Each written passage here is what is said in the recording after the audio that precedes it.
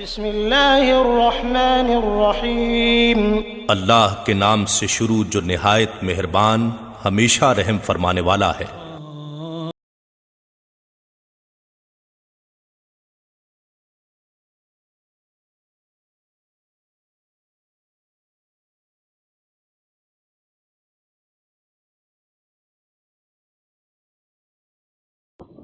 الحمدللہ رب العالمین، نحمده ونصلی علی رسولہ الکریم، اما بعد فاعوذ باللہ من الشیطان الرجیم، بسم اللہ الرحمن الرحیم۔ خلق الموت والحیات لیبلوکم ایکم احسن عملا، صدق اللہ العلی العظیم۔ میرے عزیز دوستو، واجہ احترام بزرگو، انتہائی پیارے بیٹو، عاجز ناچیز پر تقصیر گناہگار بندے نے آپ کے سامنے اللہ تعالیٰ کے پاک کلام میں سے ایک آیہ کریمہ پڑھنے کا شرف حاصل کیا۔ رب العزت سے دعا ہے وہ پاک ذات عاجز کو صحیح مفہوم بیان کرنے کی، آپ سب کو سننے کی، ہم سب کو اس پر عمل کرنے کی توفیق عطا فرمائے۔ اللہ تعالیٰ نے اپنے پاک کلام میں فرمایا، خلق الموت والحیات لیبلوکم ایکم احسن عملا۔ اللہ تعالیٰ نے پیدا کیا موت کو اور زندگی کو تاکہ دیکھے تم میں کون ہے جو اچھے کام کر کے واپس لوٹتا ہے۔ میرے پیارے بھائی، میرے بیٹے، اللہ کے کچھ بندے ایسے ہیں وہ مرنے کے بعد زندہ ہونے پر یقین نہیں رکھتے، کہتے ہیں مر گئے تو مٹی میں مل گئے، مر گئے تو ختم ہو گئے، زندہ ہونے کا کیا معاملہ ہے، اس کو تسلیم نہیں کرتے، اس پر ایمان نہیں رکھتے۔ لیکن اللہ کے تمام بندے، وہ کافر ہیں، مسلمان ہیں، عیسائی ہیں، یہودی ہیں، مجوسی ہیں، کوئی بھی ہے، مرنے پر سب کو یقین ہے کہ ایک دن مرنا ہے۔ میرے پیارے بھائی، میرے بیٹے، جو یہ مانتے ہیں کہ مرنا ہے لیکن اس پر ایمان نہیں رکھتے کہ مر کے زندہ ہونا ہے،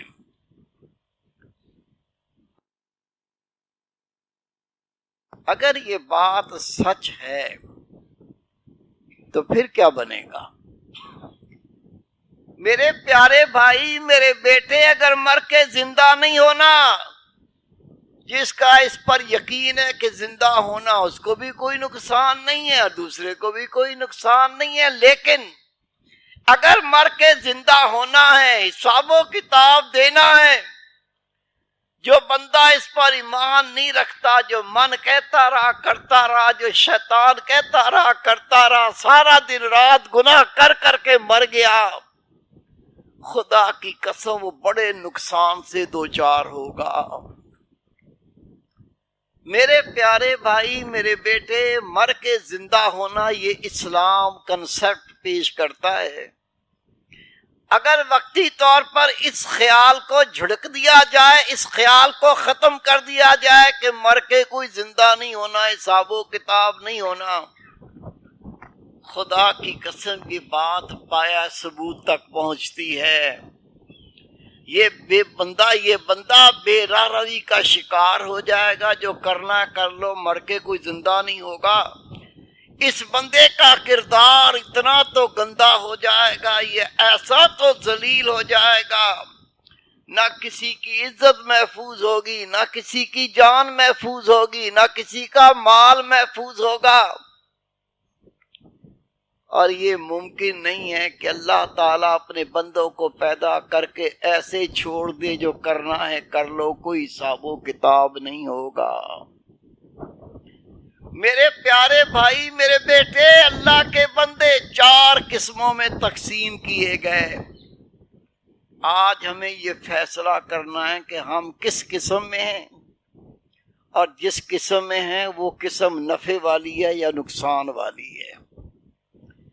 حضرت امام غزالی رحمۃ اللہ علیہ فرماتے ہیں، اللہ کے تمام بندے 4 قسموں میں تقسیم کیے گئے۔ سب سے پہلی قسم وہ یا تو کافر ہیں یا ایسے مسلمان ہیں کہ زبان سے تو کہتے ہیں لا الہ الا اللہ محمد رسول اللہ، لیکن اللہ اس کے رسول کی کوئی بات نہیں مانتے۔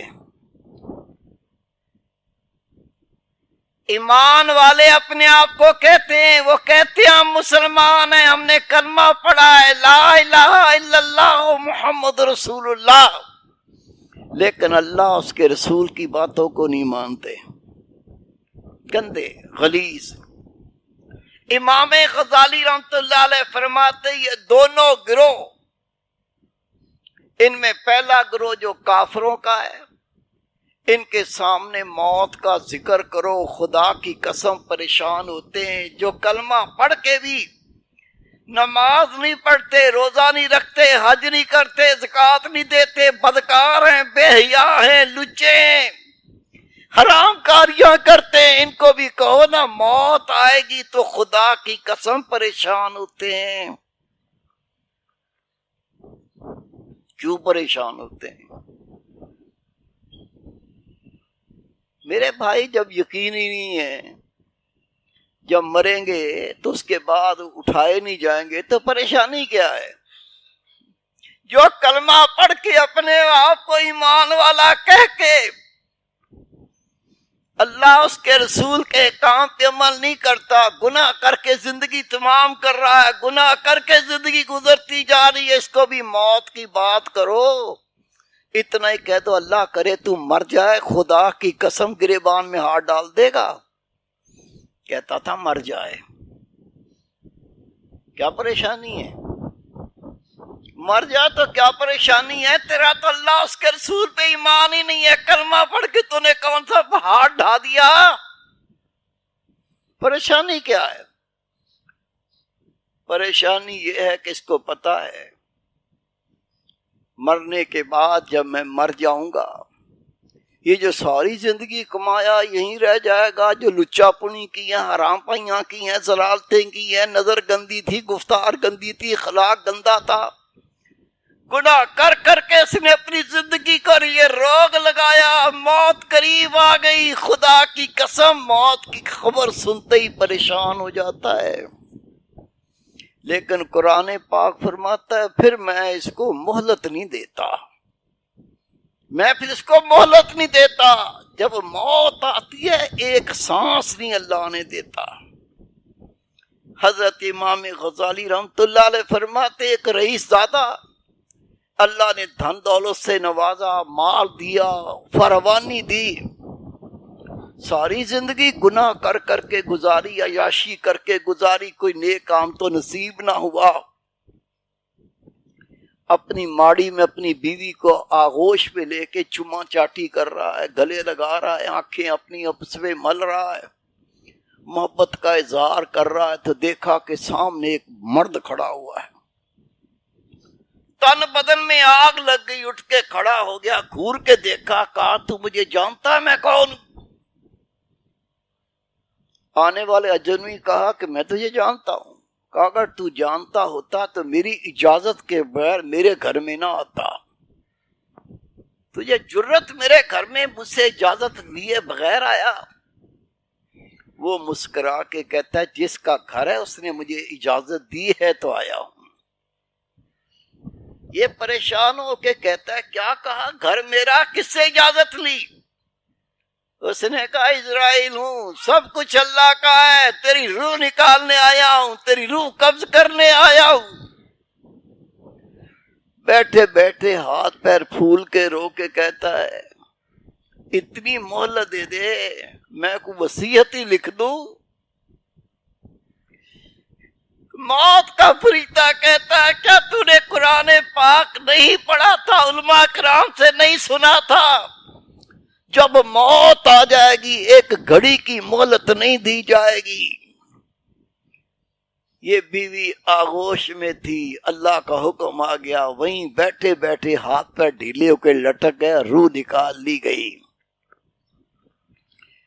میرے پیارے بھائی، میرے بیٹے، اگر کوئی کافر ہے اس کے وقت جاگیں گے، وہ کلمہ پڑھ کے ایمان والا ہو جائے۔ اگر کلمہ پڑھا ہے، اللہ نے احسان کر دیا ہے، ہے، ماں باپ مسلمان تھے، تو مسلمان کے گھر میں پیدا ہو گیا ہے، اللہ نے تجھ کو ایمان دے دیا ہے، تو تیرا حال یہ ہے اللہ کی ناز فرمانی چھوڑ کے اللہ کی اطاعت کو قبول کر لے۔ کہیں ایسا نہ ہو ایسی گندی زندگی، تباہ کن زندگی، بے حیائی کی زندگی، نماز سے غفلت کی زندگی، نگاہوں کی ناپاکی کی زندگی، یہی گزارتے گزارتے موت آ جائے اور توبہ کی مہلت نہ ملے۔ حضرت امام غزالی رحمۃ اللہ علیہ فرماتے یہ دونوں گروہ، کافر ہو تو ایمان لے آئے، اللہ اس کے رسول کی اطاعت کو قبول کر لے، اگر پہلی کلمہ پڑا ہوا ہے تو اللہ کی نافرمانی چھوڑ کر اللہ اس کے رسول کی اطاعت کو قبول کر لے، یہ نجات پا جائیں گے۔ آپ فرماتے لوگوں دوسرا گروہ، اس کے سامنے بھی موت کا ذکر کرو، موت کا تذکرہ کرو تو اس کے چہرے پہ بھی پریشانی آ جاتی ہے، موت کا ذکر سن کے پریشان ہو جاتا ہے۔ آپ فرماتے ہیں یہ شخص یا ان لوگوں کا گروہ پہلے گروہوں سے نہیں ملتا، نہ وہ کافر ہے اور نہ اللہ کا نافرمان ہے۔ آپ فرماتے اس کا حال یہ ہے اس کو نیک صحبت مل گئی، جب نیک صحبت ملی وہاں قرآن و حدیث سنا، اللہ اس کے نبی کی باتیں سنی، قبر کا ذکر کیا، حشر کا ذکر سنا، تو سن کے دل میں اللہ کا خوف آ گیا، یہ ڈر گیا۔ اب موت کا ذکر سن کے یہ پریشان کیوں ہوتا ہے؟ فرماتے اس لیے پریشان ہوتا ہے زندگی کے بہت سال گناہ کر کر کے ضائع کر دیے، زندگی کے بہت سال اللہ تعالیٰ کی نافرمانی کر کے اپنی قبر کو گندا کر لیا، حشر کو گندا کر لیا۔ یہ اللہ سے دعا کرتا ہے یا اللہ تھوڑی مہلت دے دے، یہ اللہ کے سامنے روتا ہے، گناہ کی بخشش کا سوال کرتا ہے، اللہ تعالیٰ سے گناہوں سے توبہ کرتا ہے، اللہ کی اطاعت کرتا ہے، رب کی نماز پڑھتا ہے، قرآن پاک پہ عمل کرتا ہے، لیکن موت کا ذکر سن کے پریشان ہو جاتا ہے اور دعا کرتا ہے یا اللہ مجھے تھوڑی مہلت دے دے، میں ان گناہوں کا کفارہ ادا کر لوں، ان سے میں توبہ کر لوں، تیری اطاعت کو کر کے میں تجھ کو راضی کر لوں، پھر تو مجھے بلا لینا۔ یا اللہ مجھے تھوڑی زندگی چاہیے کہ میں تجھ کو راضی کر سکوں۔ امام غزالی رحمۃ اللہ علیہ فرماتے اس بندے کی مثال ایسی ہے جس کا محبوب اس سے روٹھ گیا ہو، اب یہ اس کو راضی کرنا چاہتا ہو، بار بار اپنے محبوب سے التجائیں کرتا ہے، اس کی سامنے یہ عرضیں پیش کرتا ہے کہ مجھ سے راضی ہو جائے، یہ کیا کر رہا ہے؟ یہ اپنے آپ کو بنا سنوار رہا ہے، میں ایسا سنور جاؤں، میں اتنا حسین ہو جاؤں، میرا محبوب مجھ سے خوش ہو جائے۔ آپ فرماتے ہیں یہ شخص بھی خوش نصیب ہے کہ موت سے پہلے پہلے توبہ کر کے اللہ اس کے رسول کی اطاعت کو قبول کر کے دنیا سے ایسے لوٹ جائے کہ اللہ اس کا رسول اس سے راضی ہو جائے، یہ خوش نصیب ہے۔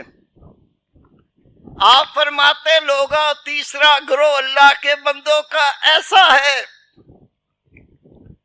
وہ اللہ تعالیٰ کا قرب چاہتے ہیں، اللہ سے ملنا چاہتے ہیں، ان کو موت پریشان نہیں کرتی، بلکہ جب موت کا ذکر سنتے ہیں وہ کہتے ہیں دنیا سے جاؤں گا تو میں اللہ کا دیدار کروں گا۔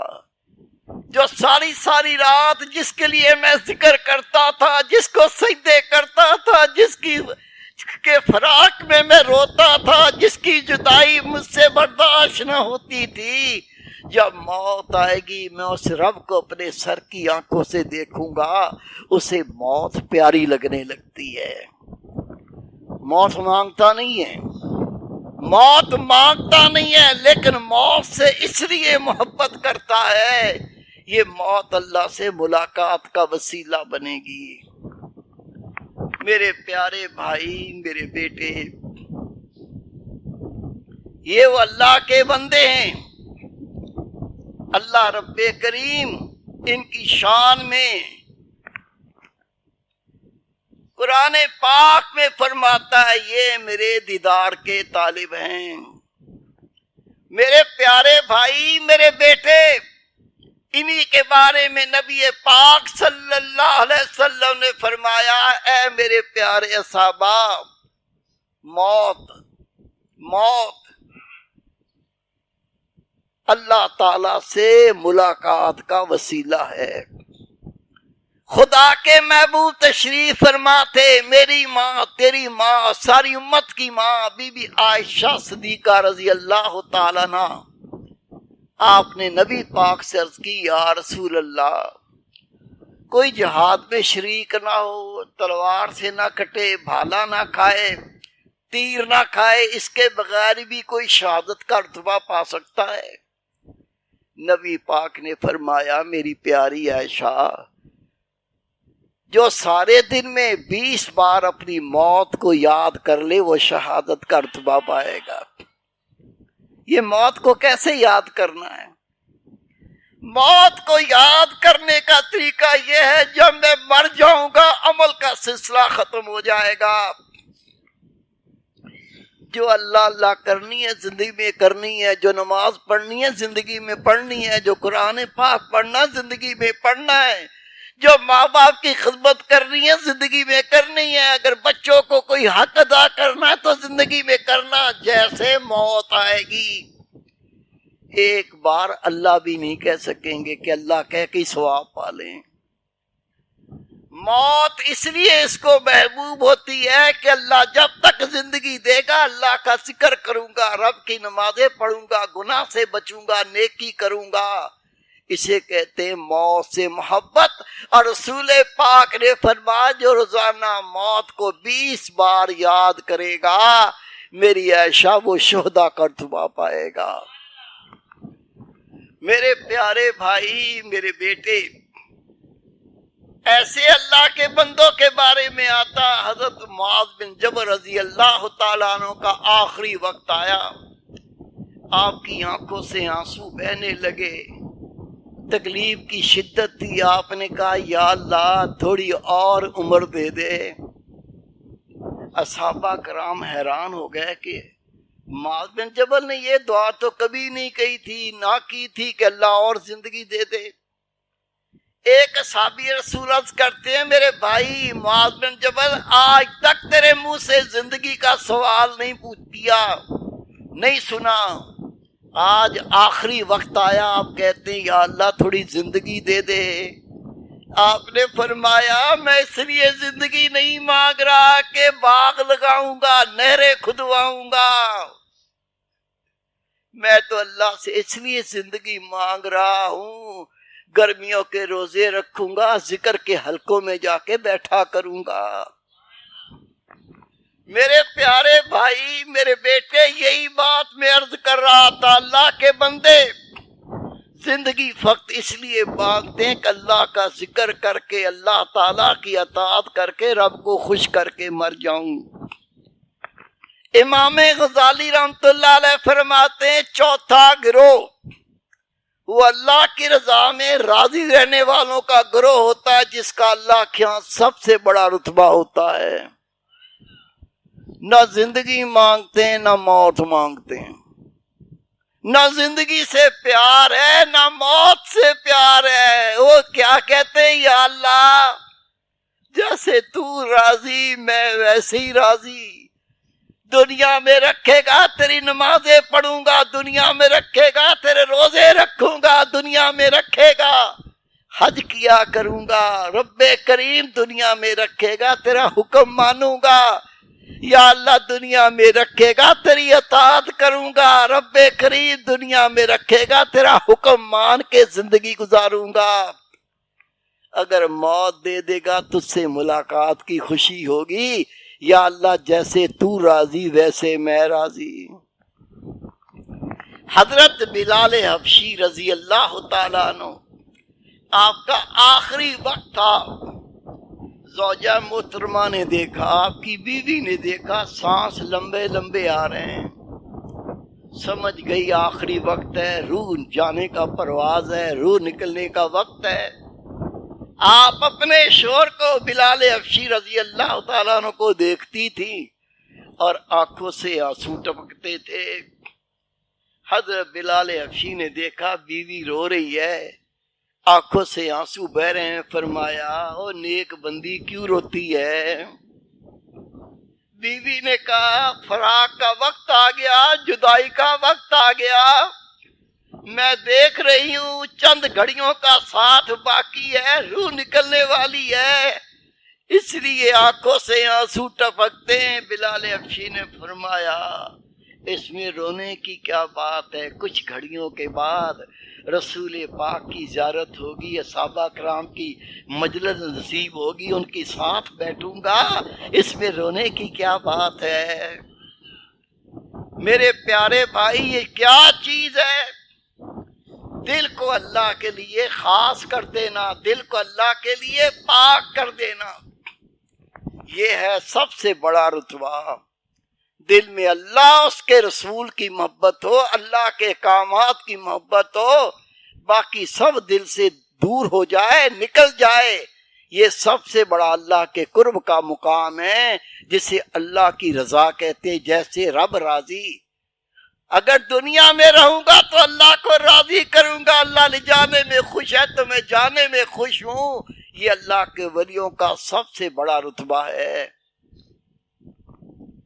اورنگزیب عالمگیر زمانے کا بادشاہ، ہندوستان کا بادشاہ، تخت بیٹھا تھا، تخت نشین تھا، ایک وزیر آ کے کہتا ہے بادشاہ سلامت، جان بخشو تو ایک بری خبر لے کے آیا ہوں۔ بادشاہ نے کہا امان دی۔ وزیر ادب سے ہاتھ باندھ کے عرض کرتا ہے بادشاہ سلامت، کوہ نور ہیرا چوری ہو گیا، کوئی خزانے سے نکال کے لے گیا۔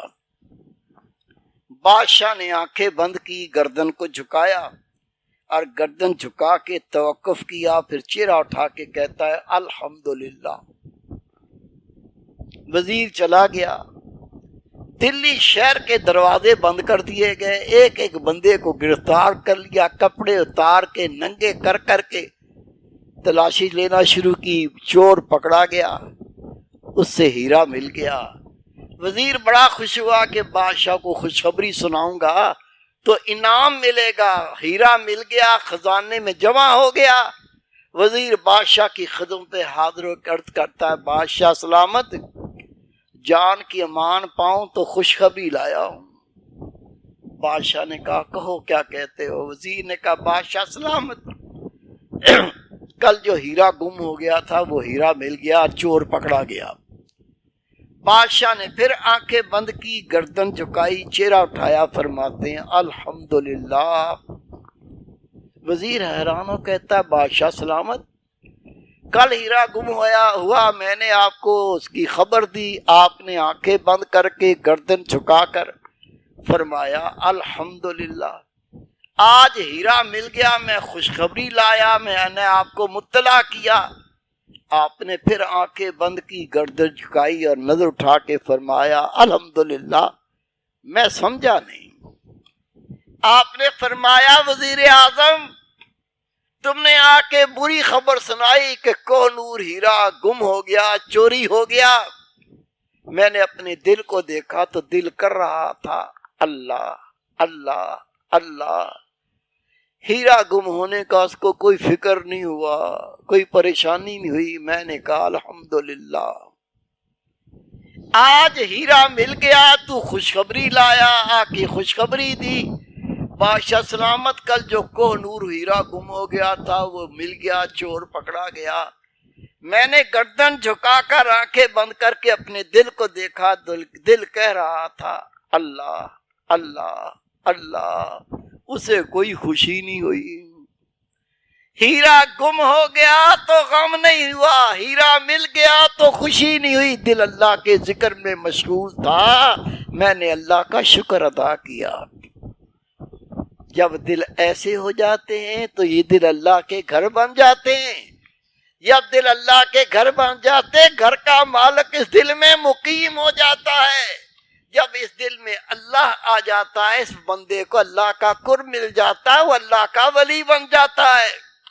جتنے اللہ کے نبی آئے، جتنے اللہ کے ولی آئے، یہی اللہ کا ذکر سکھا گیا ہے کہ اللہ کے ذکر سے دل کو پاک کر لو، دل کو روشن کر لو، اس دل میں اللہ کی ذات کو بسا لو، اللہ کے ولی بن جاؤ گے۔